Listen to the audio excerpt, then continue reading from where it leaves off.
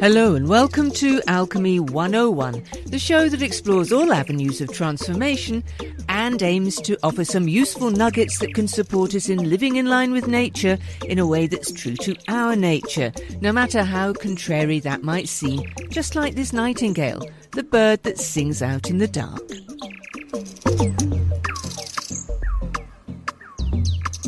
I'm JJ, the Practical Alchemist, and I'm delighted you could join me today.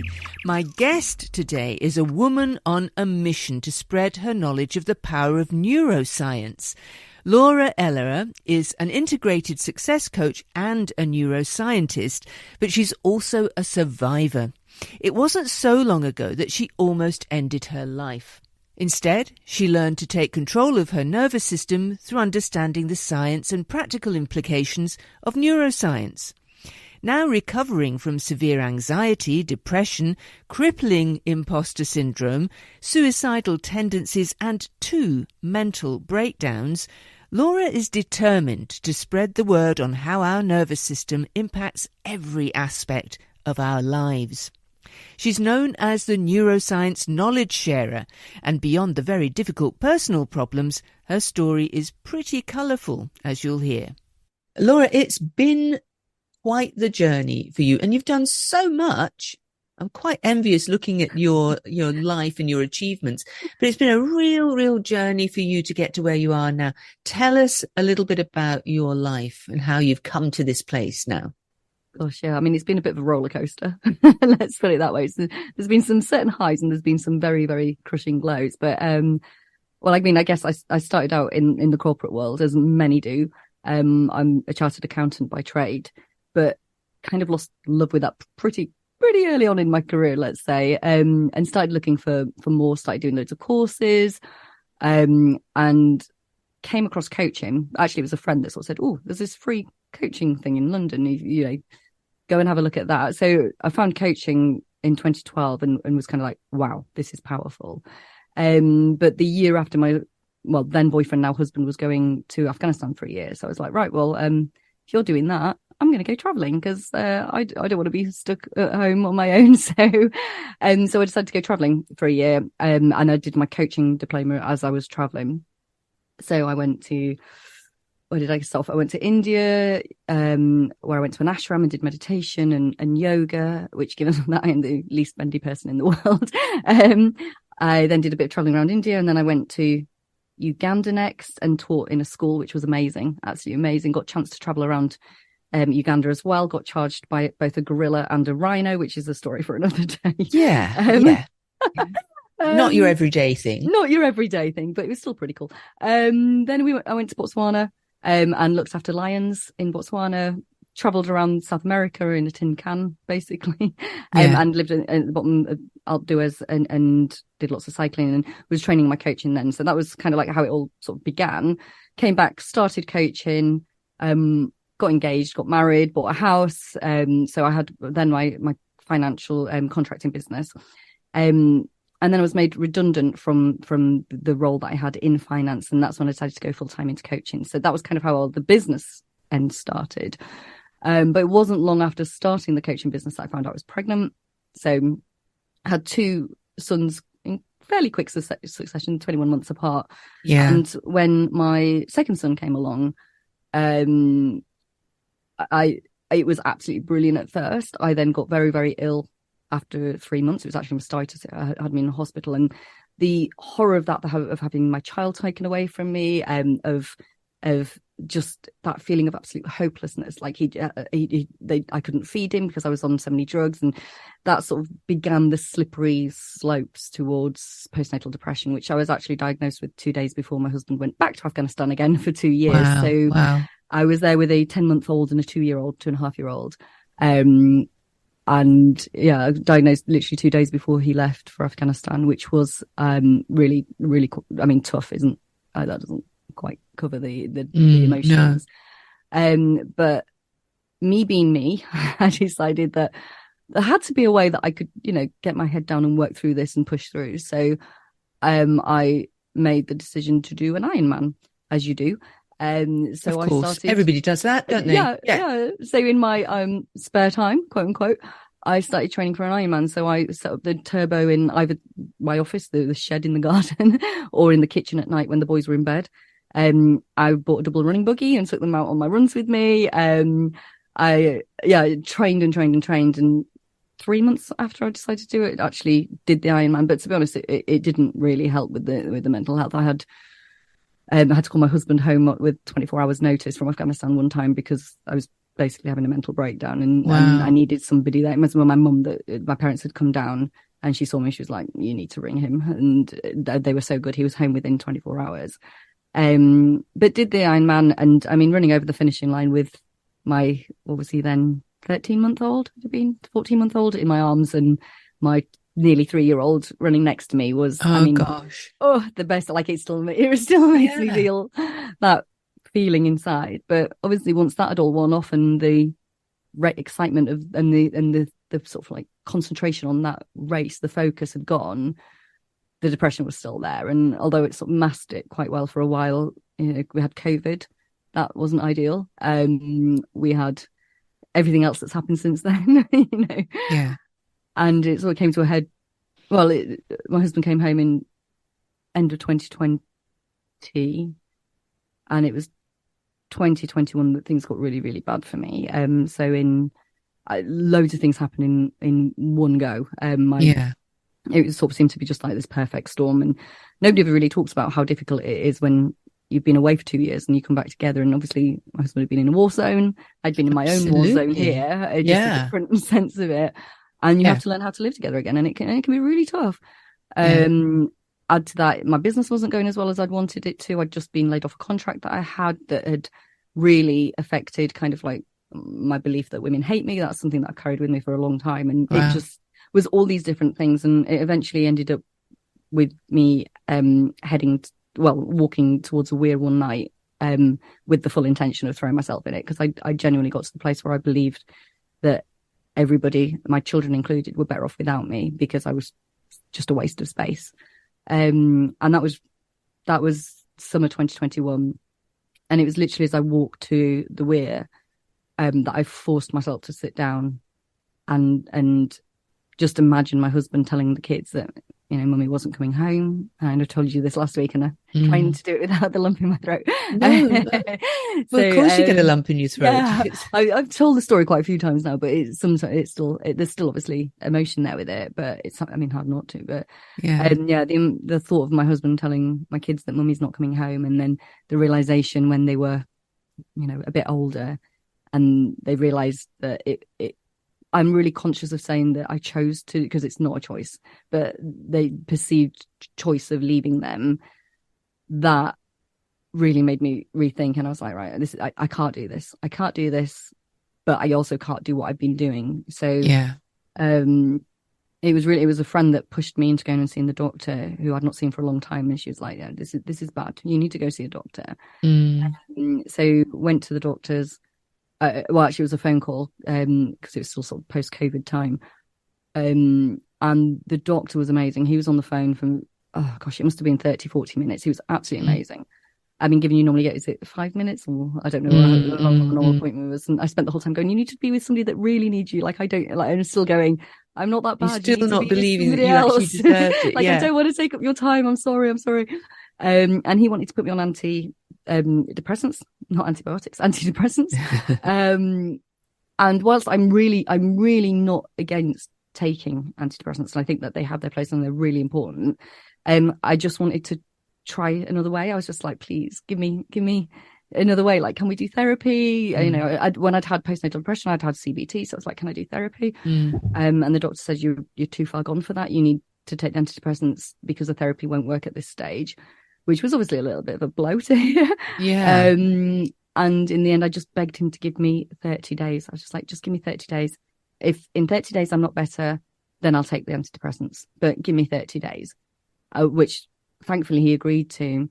And so I just set to, and I basically stopped working pretty much. I still was doing a course, so I was still running this course, but I stopped having to be on social media all the time, which was obviously has its own pressures. I stopped trying to do and be all the things, and I just basically went into this cocoon. I just went inwards, and I spent time meditating. I doubled down on everything that I knew and everything that I taught. But, knowing something is one thing and doing it is another thing. And when you get busy and rushed and stressed, those things tend to go out the window. So I stopped drinking, because alcohol had been sort of like my best friend through most of that, and my worst enemy. I eventually gave up coffee and alcohol, although I still will drink wine now, but it's very much more limited, and I'm much more consciously consuming it. I started exercising more. I did loads of like self-help therapy. And after 30 days, he literally couldn't believe I was the same person. He was like, I want to know what you did. I want to know what you did so I could do it with other people. And it was in that time that I was like, right, I want to know the science behind what I was doing, because I knew it was important to calm my nervous system. I knew I was in threat mode. I knew I was constantly in this fight or flight mode. I was literally just surviving. I was totally in survival mode. And it had been all about calming down my nervous system. Like, what can I do to calm my nervous system down? What can I do to calm my brain chatter down? What can I do to just bring me back down and ground myself? And I was like, I want to understand the science behind this. Yeah. Because my background's in science. And that's when I signed up to do a master's in neuroscience. So it's actually neuroscience and psychology. And that was 2021. And so I'm still doing the master's. I'm doing it part-time. I mean, I've still got 2 kids and 2 businesses, so it's a part-time thing. And it was only when I was talking about the stuff I was learning that some coaches that I knew were like, well, can you teach us? I was like, well, yes. And from that came the diploma. So we now teach coaches a diploma in neuroscience for coaches.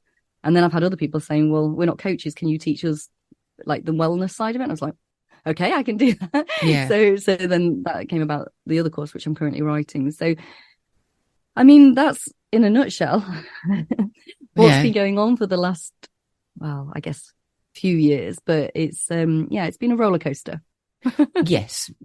You've been and done and seen a lot, and you've come out the other end of it now.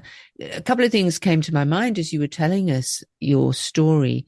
One is that you did the Ironman, but it didn't really help you. It's so interesting because a lot of people have found that doing that kind of intense challenge has really helped them, but it didn't for you. And it just kind of reminds me that we're all different. We don't all respond to the same challenges. And I think it's almost masking it with endorphins. And I think the problem was after I did it, I stopped. So maybe if I'd carried on training loads, but by that point I was so done with training. I was so done with clock watching and timing myself and the stress that was adding. So I think it was more like it was masking it with the endorphin rush and the focus of having something really to focus on. And to an extent, I think that does help some people. I think you're right. Everybody's different, but it's almost like, for me, it was almost like a sticky plaster to just get by. Yes. And once I got that sticky plaster off, the problems were still there. The thoughts were still there. My nervous system was still shot. In fact, it was probably worse. Yeah. It was probably worse after. Yeah. Because of the adrenaline and everything that had been pumped through it. And so for me, it was definitely more of a coping mechanism that then obviously when it wasn't there anymore, I slipped back down into the depression. Yes, and that's what I find so interesting. And I think it's great for people to hear, on the positive side, know that, sometimes these things don't work, but that's not a bad thing, right? No, not at all. You just have to find the thing that will work for you. And luckily you did that. And the other thing that I was thinking, you talk about, and your website says it took you 7 years, I think, that you say on your website. Yeah. But it doesn't have to take you 7 years to get to where you need to be. No. You can get there a lot quicker, because obviously in your case, it was a bit of a trial and error in some respects. And you were looking for something to help you, but you weren't finding it. And it took you all that time to find it. But of course, people, having listened to you now, can say, oh, okay, I just need to go straight to the source, and that might help me. Yeah, I mean, I guess, like you say, though, things are different for everybody. So not one size doesn't fit all. But I think I did do a lot of trial and error. I definitely did a lot of that. I wasted a lot of time as well. Well, wasted a lot of time. I learned a lot on the journey. Yeah. But yeah, the path is never A to B, is it? It's a Never. up, down, around, and back a bit. Yeah. And I think it's easy to say, oh, well, you could just go and learn from that person. It's still A to B, and you'll learn A to B. Nobody's journey is like that. You're still going to have to go around the houses. But I think you can get people who have been through it, who can show you a different path. Because sometimes we're so stuck in our ways. We've so got the blinkers on that this is what we're doing. This is the right path. This is where I should be, that we can't see the alternatives. And if we don't pay attention to something, we're not aware of it. So I think what other people in your journey can do is they can open up your attention to other things. And then once you place attention on those other things, you can become aware that there's other routes. But it definitely, I've had my finance business for 10 years. I've had my coaching business now for nearly 8 years, I think it is now, coming up to. And I'm only now starting to really see the success in the coaching business, that coaching and neuroscience business now as it is, that I kind of wanted all that time ago. And I've spent years berating myself for missing the boat. I saw what was going on in like the coaching world years and years and years ago. And I was sort of initially on that first wave, and then I stepped back and had children and all the rest of it. And it was quite hard to then come back and be like, wow, well, all those people that were there with me are now like up here, like they're the top guys in the industry. But I think it's also knowing that, you never miss a boat that was meant for you. Yeah, exactly. So you're always in the right place. But I think we've all got our different stories that we have to overcome in order to get to that happy ground. Exactly. And Laura now has a wealth of experience that those other people don't have. Well, hold that thought for now, because it's time to take a short break. We'll be back with more on that from Laura Ellera after this from our station sponsors. UK Health Radio, the station that makes you feel good.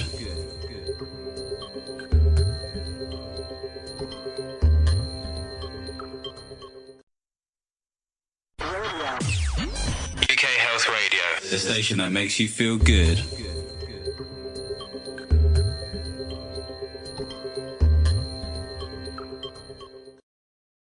And you're listening to Alchemy 101 here on UK Health Radio with me, JJ, the practical alchemist, and my guest, the psychology and neuroscience expert, Laura Ellera. And we carry on reflecting on how Laura's path differed quite markedly from her contemporaries. It's too easy to look at others and say, oh, I could have been there if I'd only done. Yeah, XYZ. Yeah. But shoulda, woulda, coulda. Shoulda, woulda, coulda. Yeah, exactly. Let go of that. Yeah. And know that where you are now is exactly where you're supposed to be. And I certainly wouldn't have been here had I taken that path. No. This feels a lot better than I think that one would have. Yeah. So it's what you needed to do, which is fantastic. And it's fantastic that now you can help other people find their path. Yeah. And find out what it is that they can do, but also with that added element of neuroscience and understanding the way our brains work or don't work, or work against us. Yeah. So talk to me a little bit about the neuroscience here. Tell me how that actually comes into how you got through all this stuff. Because, when I think about it, 2 young children, separation from partner, wars, travel, business, redundancy. Please. Released a podcast as well. Yeah, you did. And an award-winning podcast, I understand. Yeah. I'm not doing it at the moment, but yeah. It's, yeah. So you heavens, you were doing so much in some sense, unless you're really on it, unless you're really together. It's no wonder. Yeah, you're not the first person that said that to me, I've got to say. Yeah, I think I've always been that way inclined. Like if there's a minute in the day, I'll fill it. Like there'll be something there. And I think there's definitely still work to be done on that.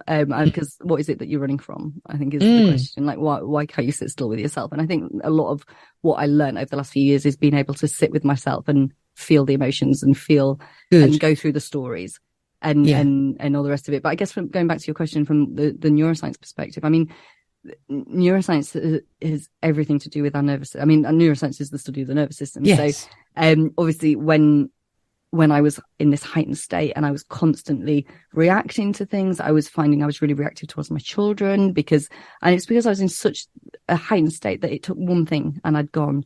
So just understanding what's actually going on in our bodies, like how the different hormones are going through our bodies, and it's causing our heart rate to increase, and it's causing our breathing to increase. It means our immune system's not working, which is why I was getting ill. It means that, your digestive system's not working, which is why I was putting weight on. It was all these things that it was more retrospective. It was more, retrospective. I was learning the information after it happened and being so that's why. So that's why. And knowing how stress affects our brain, knowing how it affects our cells. It literally, stress is, if you want to succeed, the thing you have to be aware of is how stress is the kryptonite of success.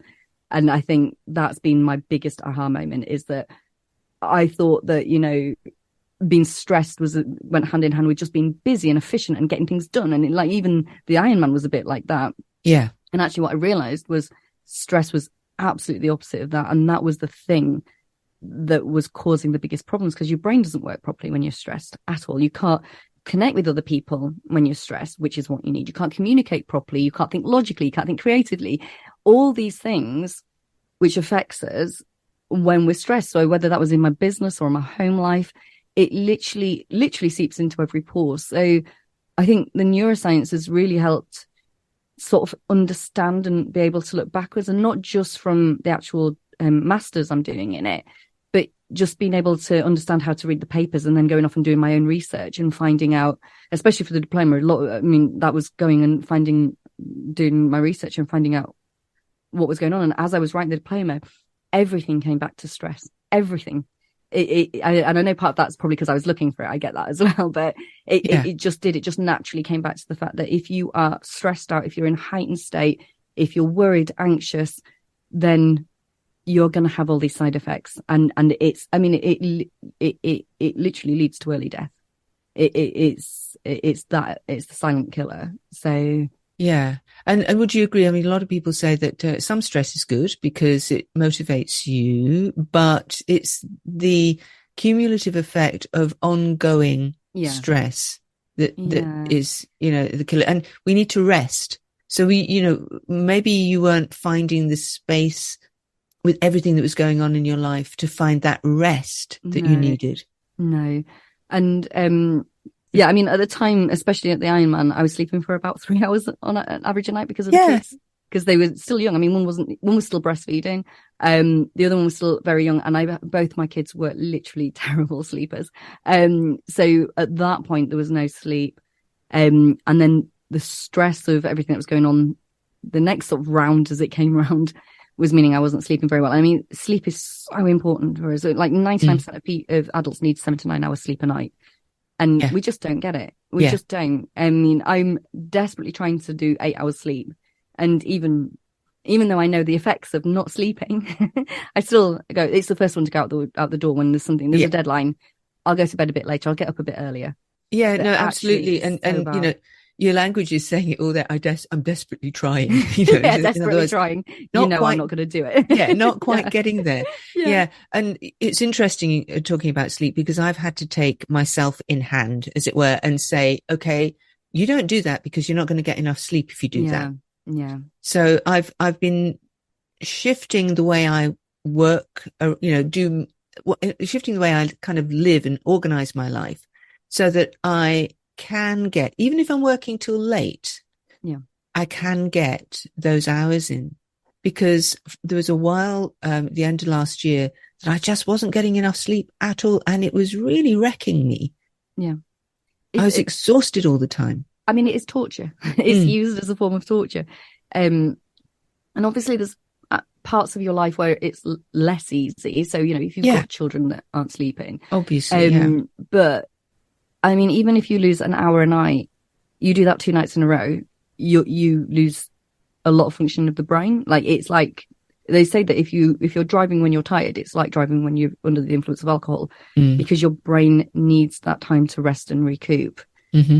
Otherwise, you're not going to be performing to your best at all if you're tired. Yeah. But of course, I was thinking last night, for instance, I went out, I was at a little bit of a party, which was lovely. I didn't get back home till midnight. And of course, there were a few things I needed to do. So I probably didn't get to sleep till about 1 o'clock.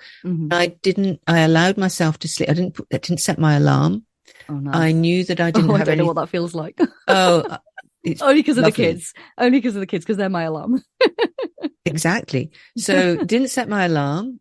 The way I work, I'm lucky enough not to have to get up and get to a job on a, at a certain time. Yeah. So didn't set my alarm, and I woke up at 8:30. So I've got my 7.5 hours sleep. Yeah. But that's important. yeah, it is important. So, but otherwise, I might have been getting up at 7 o'clock, and then it's not like 6 hours. That's not enough. No, absolutely not. But most people live on about that amount. That's sort of the average. And if you think how that's affecting your body night in, night out, every single night. And then we do like a really long night lying, if you don't have young children like me, have a lie-in at the weekend to catch up. And it doesn't really work like that. Like you need that period of time where you're sleeping. And I mean, nap in the day will will help a little bit. But if you're not getting that full time in one slot, it's not having the same benefits. Yeah, no, and I did find that I was having a nap in the afternoon sometimes because I was just so exhausted. But you're right, it's not the same as getting a straight 7 or 8 hours sleep through the night. Yeah. I feel rubbish if I nap as well. My husband loves napping. I can't stand it. Oh, can't you? No. See, there's another thing, horrendous if I nap in the day. Yeah. Some of us love it. Some of us don't. No. I don't need it at the moment because I am getting my sleep. Yeah. But, and so I'm not finding that I do nap in the afternoon these days, but I quite enjoy it when I do it. I kind of wake up a little bit more refreshed and can get on with the rest of the day. But you see, we're all different. We're all so different. Absolutely. Yeah. And so we're talking about neuroscience and how our nervous system affects us. And of course, one of the things that I think you mentioned was that you started doing meditation, that sort of thing. So there are practices that we can do, like meditation, like just sitting and being quiet in silence. There's a technique called havening, which I don't know if you know much about, which is it's catching on quite well now. It's a lovely way of just calming the nervous system. Ooh, and it's very simple. Look into it. Well, I'm not trained in it, but I've experienced it. And in fact, people have been telling me that I should train in it. You should do it. You should do it. But it is a lovely, very simple way of just touching the body, and you can do it yourself, and it just calms you down.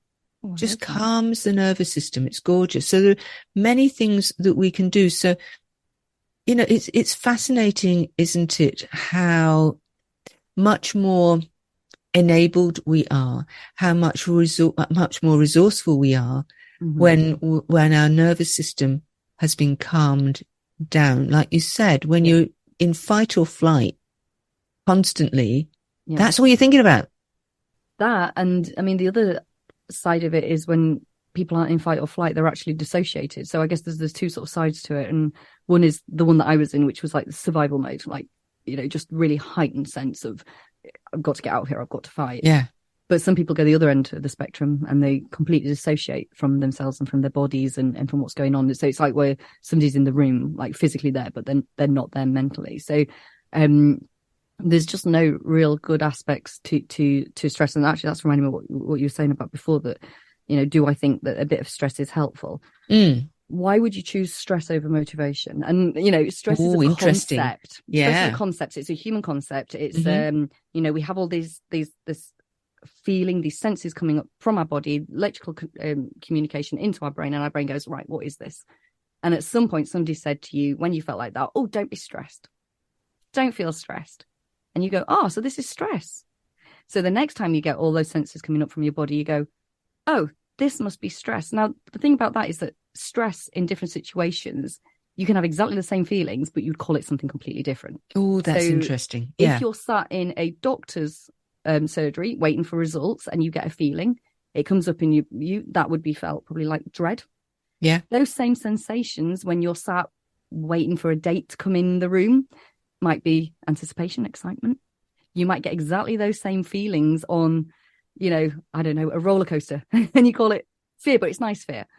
But it's how we construct that emotion based on the senses that come into us, because our brain is literally locked in a box. It doesn't see what's going on. It gets electrical zaps I mean, it's a bit cruel, really. We stick it in a box, which is our skull, in the dark, and we keep sending it little zaps, and we've got to work out what that means. And we work out what that means based on what's happened in the past. So we're always predicting. So is stress good for you? Well, I guess it depends on the story you attach to it. Yeah. Oh, that's so interesting. Yeah, I can totally see that. And so therefore, when we talk about changing our story and changing our associations with things and feelings, that's when we can get immediate relief and immediate turnaround in our life. Yeah. Yeah, because you just change the story to the feelings that are coming in. Yeah. Yeah, I've never really had it explained to me that way before, which is interesting. So then when you're working with somebody, if you're working with somebody as a coach, do you employ these techniques to help people change that story and change that association? Yeah, I'm trained in hypnotherapy. So I use some hypnotherapy if somebody's really stressed out, or if it's like chronic pain or something like that. Then I mean, what hypnotherapy does is it relaxes you, right? It helps you breathe deeper. It helps you relax, which is exactly what calming our nervous system is. So either using the knowledge to explain it, depending on the person and what they need in that moment. I mean, if you've got somebody that's really stressed out and freaking out about life, they probably don't want a science lesson, depending on their background. But some people find comfort in that. I found comfort in the knowledge. Like I found comfort that there was science backing it up, that it wasn't just me. You know, like it's not just me. I'm not broken. You know, there is science behind this. So yeah, so it depends on the person. It depends completely on the situation. But absolutely, I've explained things like, you know, how our brain predicts, and if you want tomorrow to be different, you've got to change today, because that's what our brain does. So it can't deal with all the pieces of information coming in all the time. So what it does is it goes, oh, this looks like something I've seen before. This is how I'm going to react. Yeah. So that's really helpful, especially from a coaching perspective. If somebody's wanting change, but they're living with these stories and all the rest of it, it's also a massive thing for when we come on to talk about beliefs, because our beliefs can literally kill us. Literally, I mean, there's a study that I often quote because I love it, but they took one group of elderly people who thought that they were, you know, really old, they were going to die soon, they thought they were ill, they thought, you know, basically they were like, oh, you know, we're at the end of our lives. The people that sort of talk about it quite a lot. And they took another group of elderly people who thought that they were healthy, they were thriving, they were going to be fine, and, you know, they're going to live long life.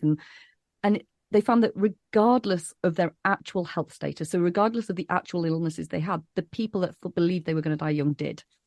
And that's just one example in many that I found as I've been researching, that just shows how powerful our beliefs are. Oh, they're hugely if somebody's coming to me and you know, we just really can't get through their belief system, sharing an example like that can almost jolt somebody into being like, oh, like I need to do something about this. I don't want to die early. So very much depends on the situation, but absolutely the knowledge helps. And I think that tends to be more on my like training courses as opposed to my one-on-one coaching. And of course, you can change beliefs, but more on that after we take another short break. Back right after this from our station sponsors. UK Health Radio, the station that makes you feel good.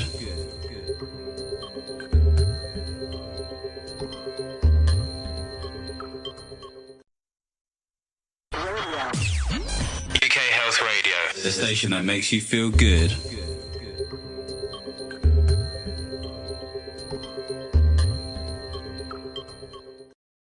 And you're listening to Alchemy 101 here on UK Health Radio and the UK Health Radio podcast with me, JJ, the Practical Alchemist, and my guest today, Laura Ellera, the neuroscience knowledge sharer.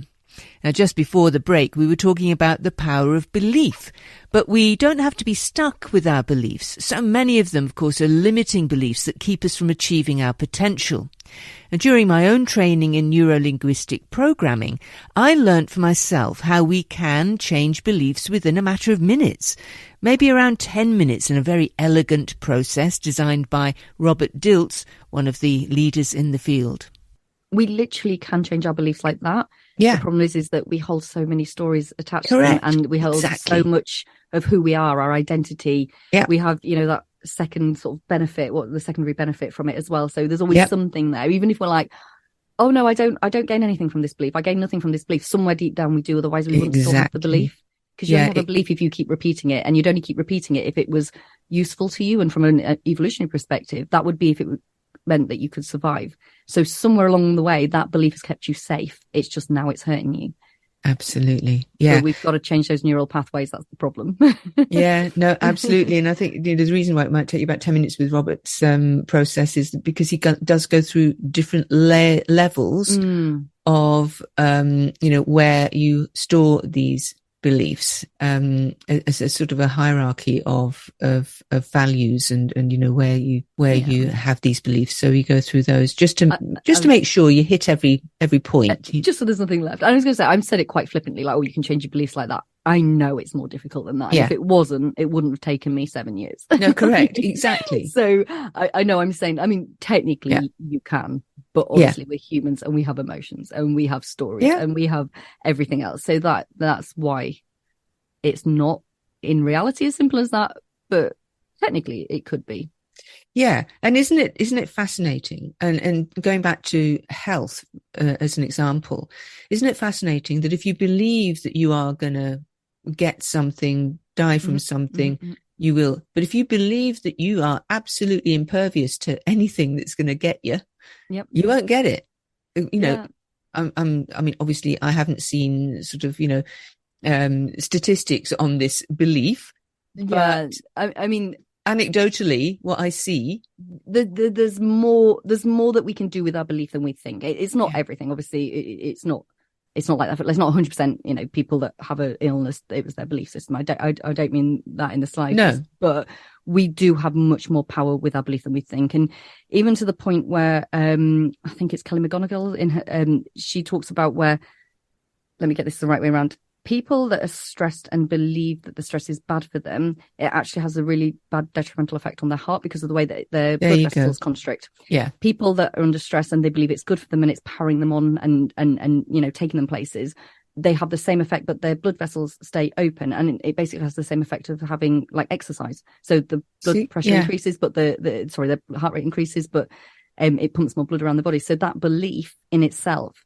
changes the result of stress. Absolutely. So whereas I just said stress is bad for you, which probably hasn't helped. I was going to say, and it takes us back to this what we were talking about earlier about, is stress bad for you or is it good for you, as some people say, but it's obviously the people who believe it is good for you and actually get a benefit from that. Yeah, it's so fascinating, isn't it? And personally, I keep saying to people, I'm a member of the 100+ club. I intend to live to beyond 100. Oh, I'm 109. I've already said it. Oh, have you said 109? Yeah, okay. I'm going with 109. I haven't been specific, but I certainly need to be specific. No, do I need to be specific? Yeah. Okay, well, I'll work on that one and see how far I really want to go. But it's not, it's not out with my experience, because where I live, and my parents lived well into their 90s. Where I live, there are, a few people who lived until 100 and something, 105, 100, so I've personal experience of that. So therefore it's easier for me to hold that belief. Yeah, absolutely. Absolutely. I mean, if you were surrounded by everybody who died, I mean, if we were here like, 100, 200 years ago, life expectancy is 40 years, something like that. Yeah. If there was somebody then saying, I'm going to live till 100, the belief level would be fairly low because there's no evidence. It'd be kind of stretching it, wouldn't it? It'd be really stretching it to feel your way or kind of think your way into that in any way. Yeah, exactly. And I think we, that kind of helps us as well when we think about setting goals or trying to do something in our lives, that we need to be looking for the evidence for our goals. We need to be looking for the evidence for our beliefs, because that really helps to sort of solidify that is possible. And again, it goes back to that prediction thing that, if you've seen it happen and your brain's taken on that that's going to happen, then you're more likely to go forward with the belief that that's going to happen. Yeah, exactly. And the example that we were always given was the 4-minute mile, when nobody believed that anybody could run a mile in 4 minutes. Until Roger Bannister did it. And then everybody did. Well, not everybody. Not everybody. I've tried. You tried. No, I haven't. Yeah, not everybody did, but loads of people after him did it. Absolutely. What does that show you? Yeah. So there was no belief isn't it? before. Yeah. But as soon as somebody proved that it was possible, a whole bunch of people went out and did it. Because that just shows that their bodies were willing, but their brain was stopping them. Their mind was stopping them. And once their mind got the okay, once there was evidence, once they'd seen it happen and they could predict that that was something that could happen, then their body got on board with their brain got on board with their body and they could do it. Because it's always your brain that gives in first. If it's not, that's when you collapse. And that's when, and that happens quite a lot with, I guess, like people are trained in it in the army and things like that. Yeah. In the military, where they're trained to almost turn their brain off. But it does show you, doesn't it, just how powerful belief is. It really is. And, just talking about training and army training, and I was thinking back to my younger days when I used to do a lot of fell walking. And I did the Lyke-Wake walk across the North Yorkshire moors. And I think it's 43 miles, and you get a coffin badge at the end of it if you do it within 24 hours. I should know that, I'm from Leeds, but I don't know that one. Oh, it's from Osmotherley to Ravenscar. Oh, I've not heard of that one. Okay. And it's 43 miles over the North Yorkshire moors. And you have to do it within, I assume people are still doing it. I did it in my 20s, so it was a long time ago.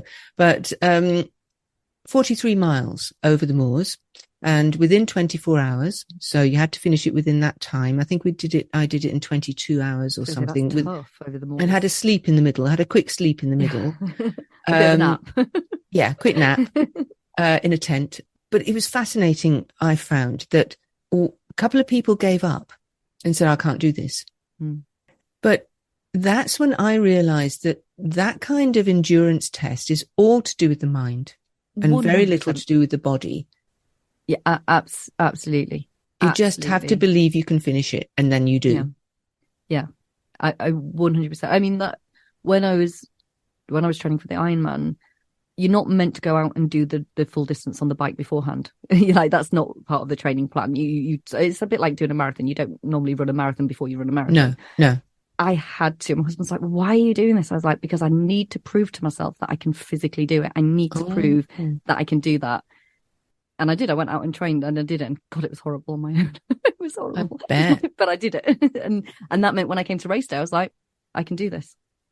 Yeah, you see, that's really interesting, isn't it? And so there will be some people who get to race day and they haven't proved to themselves that they'll have that doubt. I did it in 2014, and I ended up drowning in the swim and having to be rescued. There you go. Sea swim. It wasn't very fun. And I don't think my head was fully in the game. I mean, okay, the conditions were terrible. But I didn't have the same belief then.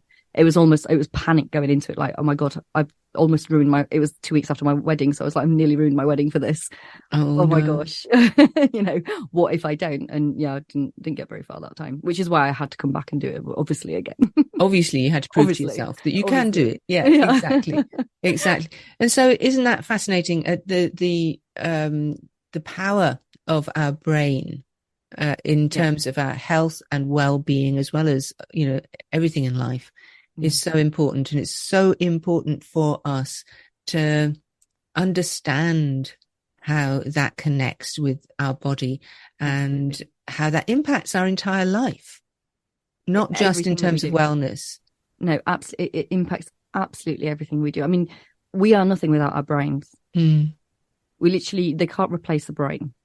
Maybe someday they could, but without a brain, you are literally nothing, and your brain impacts everything that you do.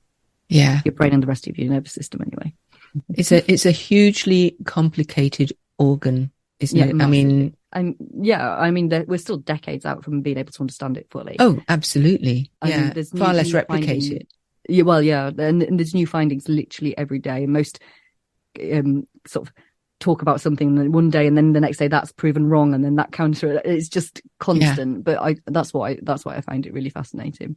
Well, it is fascinating, and it's been fascinating talking with you about it. Lovely talking to you. And I've really enjoyed our conversation. I think it's great, and I think the message that the neuroscience is really important, and you don't have to understand it, but just realize that it's not all to do with your physicality. It's not all to do with your physical body.